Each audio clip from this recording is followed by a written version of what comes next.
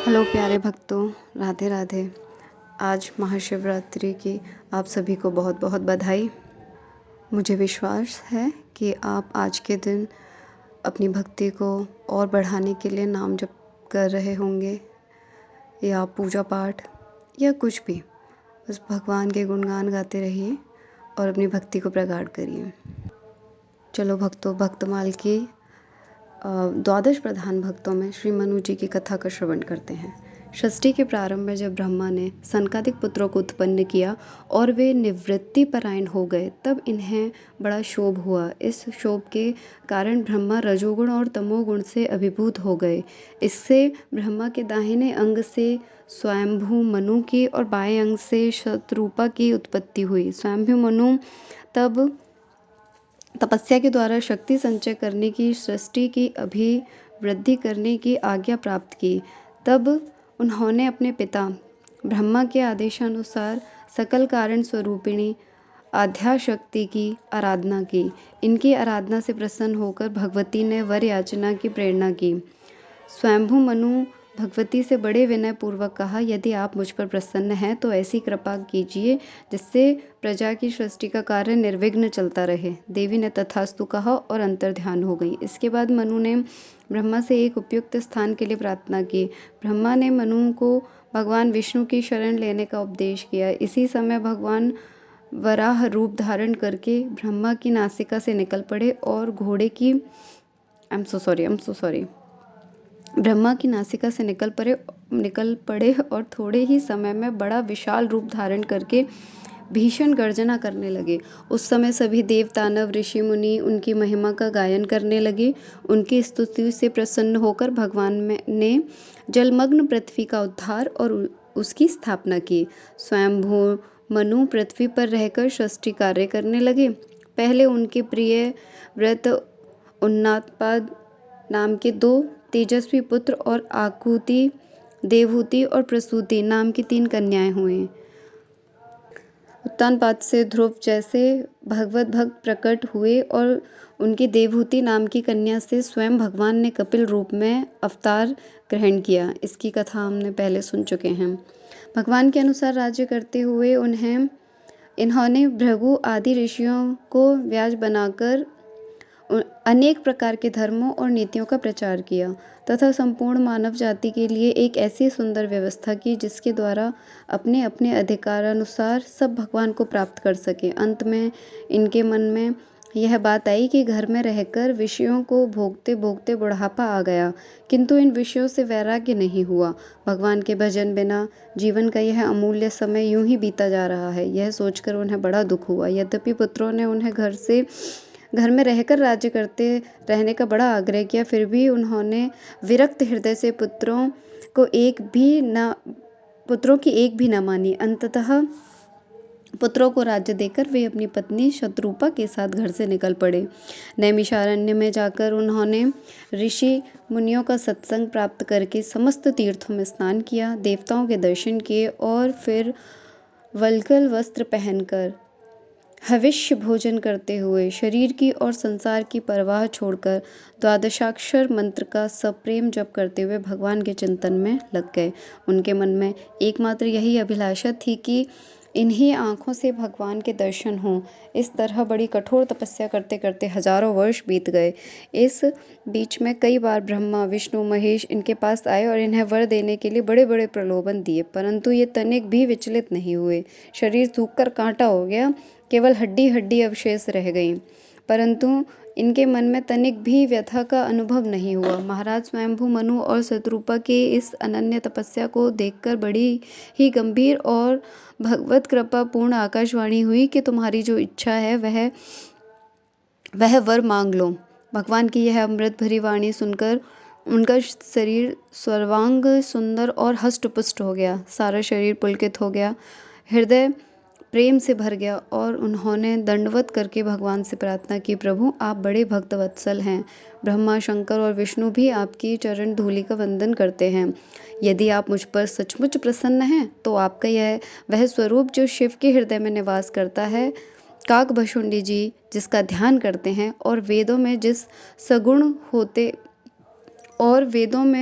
जिसे सगुण होते हुए भी निर्गुण और निर्गुण होते हुए भी सगुण कहा गया है। वही स्वरूप हम अपनी इन्हीं आँखों से देखें। उनकी प्रेम से भरी बात भगवान को बड़ी प्रिय लगी और भगवान उनके सामने प्रकट हो गए। दंपति का ध्यान टूटा और उन्होंने भगवान श्री राम की ओर देखा। भला भगवान की उस रूप माधुरी का कोई क्या वर्णन कर सकता है। आदिशक्ति भगवती सीता और पुरुषोत्तम श्री राम की अनूप रूप राशि को देखकर उनकी आंखें निर्निमेष हो गईं। उन्हें तृप्ति होती ही न थी। आनंदातिरेक से शरीर की सुध बुध जाती रही और वे बिना सहारे के लकड़ी की भांति उनके चरणों पर गिर पड़े। भगवान ने उन्हें बलात् उठाकर उनके सिर पर अपने कर कमल फेर कर अपने हृदय से लगा लिया। जब भगवान ने उन्हें धैर्य धारण कराकर वर मांगने की प्रेरणा की तो पहले उन्हें बड़ा संकोच हुआ, परंतु भगवान के बहुत आदेश देने पर और यह कहने पर कि तुम्हारे लिए कुछ भी अदेय नहीं है, वे बोले, मैं तुम्हारे ही सरीखा पुत्र चाहता हूँ। भगवान ने कहा, मेरे सरीखा तो मैं ही हूँ, अतः मैं ही तुम्हारा पुत्र बनूंगा। इसके बाद भगवान ने शतरूपा पर अपनी कृपा दृष्टि डाली और उनसे वर मांगने की प्रेरणा की। शतरूपा ने वह वर तो मांगा जो उनके पतिदेव ने मांगा था, साथ ही भक्त जीवन की प्रार्थना की। भगवान ने बड़ी प्रसन्नता से कहा, इतना ही नहीं, तुम्हारे मन में जो जो रुचियां हैं सब पूर्ण होंगी, इसमें संदेह नहीं है। इसके पश्चात महाराज मनु ने ऐश्वर्य भक्ति के स्थान पर वात्सल्य रति पुत्र विषयक प्रेम की याचना की और कहा कि संसार के लोग चाहे मुझे मूर्ख ही क्यों ना समझें, आप कृपा करके यह वर दीजिए कि आपके वियोग में मेरा जीवन रहे ही नहीं। इसके बाद स्वयं मनु दशरथ और उनकी पत्नी शतरूपा कौशल्या हुई। भगवान ने इनके पुत्र रूप से जन्म ग्रहण किया। इन पुण्य श्लोक आदिराज स्वयंभु मनु एवं उनकी पत्नी शतरूपा का चरित्र बड़ा ही विस्तृत है। इसका पूर्ण अनुशीलन तो इतिहास पुराणों में ही हो सकता है, यहाँ तो केवल उनका स्मरण मात्र कर लिया गया है। श्री रामचरितमानस बालकांड में इनके प्रताप का प्रसंग वर्णित है। तो बोलो श्री मनु एवं उनकी पत्नी शतरूपा जी की जय हो। तो इस भक्तमाल में अगला चरित्र है श्री नरहरिदास जी, जो प्रहलाद जी हुए उनका। चलो श्रवण करते हैं। दैत्यराज हिरण्यकश्यपु के 4 पुत्र थे। उनमें प्रहलाद अवस्था में सबसे छोटे थे, किंतु भगवत भक्ति तथा अन्य गुणों से भी सबसे बड़े हुए। संसार में जितने भक्त हो गए हैं, प्रहलाद जी उन सबके मुकुटमणि हैं। वे बाल्यकाल से ही भगवान का नाम कीर्तन और गुण कीर्तन करते करते अपने आप को भूल जाते थे। कभी वे प्रेम में बेसुध होकर गिर पड़ते, कभी कीर्तन करते करते नाचते, कभी भगवान नामों का उच्चारण करते हुए दहाड़ मारकर रोने लगते। उनके पिता असुरों के राजा थे। देवताओं से सदा उनकी खटपट बनी रहती थी। एक बार देवताओं को पराजित करने की नीयत से उनके पिता घोर तप करने लगे। वे भगवान की सकाम आराधना में इतने निमग्न हो गए कि उन्हें अपने शरीर का होश नहीं रहा। देवराज इंद्र ने अवसर पाकर असुरों के ऊपर चढ़ाई कर दी। उन दिनों प्रहलाद गर्भ में थे। इंद्र ने असुरों को मार भगाया, उनकी पुरी को लूट लिया और प्रहलाद की माता को पकड़कर ले चले। वे बेचारी गर्भवती दीना अबला कुरूर की भांति रोती ही रहीं। रास्ते में दयालु देवर्षि नारद मिले। उन्होंने इंद्र को बहुत डांटा और कहा, तुम इसे क्यों पकड़ ले जाते हो? इंद्र ने कहा, भगवान, मैं स्त्री वध नहीं करूंगा। इनके पेट में हिरण्यकश्यपु का जो गर्भ है, उनसे उत्पन्न होने पर मैं उसे मार कर इन्हें छोड़ दूंगा। देवर्षि ने अपनी दिव्य दृष्टि से देखकर कहा, अरे, इनके गर्भ में परम भागवत पुत्र हैं, इससे तुम्हें कोई भय नहीं, इसे छोड़ दो। देवर्षि की आज्ञा पाकर इंद्र ने उसे छोड़ दिया। देवर्षि उसे अपने आश्रम में ले गए। यहाँ लाकर वे प्रहलाद की माँ का मन बहलाने के लिए भांति भांति के भगवत चरित्रों की कथा करते थे। गर्भ में स्थित प्रहलाद जी ने माता के गर्भ में ही भक्ति का समस्त ज्ञान प्राप्त कर लिया था। पीछे हिरण्यकश्यपु के आने पर प्रहलाद की माँ घर आ गई और वहीं प्रहलाद जी का जन्म हुआ। ये जन्म से ही भक्ति की बातें किया करते थे। बच्चों में खेलते खेलते ये उन्हें भगवत नाम कीर्तन का उपदेश दिया करते थे और स्वयं सबसे कीर्तन कराते थे। 5 वर्ष की अवस्था होने पर हिरण्यकश्यपु ने अपने गुरु के पुत्र शन और अमर्क के यहाँ इन्हें पढ़ने भेज दिया, किंतु ये तो समस्त शास्त्र माता के पेट में ही पढ़ चुके थे। गुरु बताते थे कुछ, ये पढ़ते थे प्रभु प्रेम की पाटी।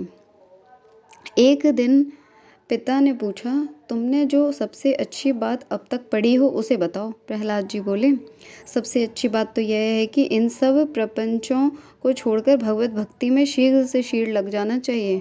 अपने पुत्र के मुंह से भगवत भक्ति की बात सुनकर हिरण्यकश्यपु बहुत क्रोधित हुआ, पुत्र को मारने दौड़ा। गुरु पुत्रों को भला बुरा कहा, जैसे तैसे समझा बुझाकर लोगों ने प्रहलाद को छुड़ा लिया। हिरण्यकश्यपु ने यह कहकर कि अब कभी मेरे शत्रु विष्णु का नाम मत लेना, पुत्र को छोड़ दिया। प्रहलाद जी भला हरे नाम कब छोड़ने वाले थे। वे नए उत्साह के साथ भगवान कीर्तन में तल्लीन हो गए। अपने सहपाठियों से भी कहते, सच्चा पढ़ना तो भगवान की शरण में जाना ही है, सांसारिक पदार्थों के नाम पढ़ना अज्ञान की ओर बढ़ना है। वे दिन रात भगवान के नामों और गुणों के कीर्तन में निमग्न रहते थे। इनके पिता ने जब देखा कि यह किस प्रकार की भगवत भक्ति नहीं छोड़ता तो किसी प्रकार भी भगवत भक्ति नहीं छोड़ता, तो उसने इन्हें सूली पर चढ़वाया, मदमंत हाथियों के नीचे डलवाया, अथवा जल में गले में पत्थर डालकर डुबाया, हलाहल विष का प्याला पिलाया, धकधकी हुई अग्नि में जलवाया, पर्वत शिखर से गिराया, किंतु इनका बाल भी बांका नहीं हुआ। कांटों की सूली फूलों की सेज के समान सुखद हो गई। हाथियों ने उन्हें उठाकर पीठ पर बिठा लिया। जल के ऊपर पाषाण तैरने लगा, विष अमृत बन गया।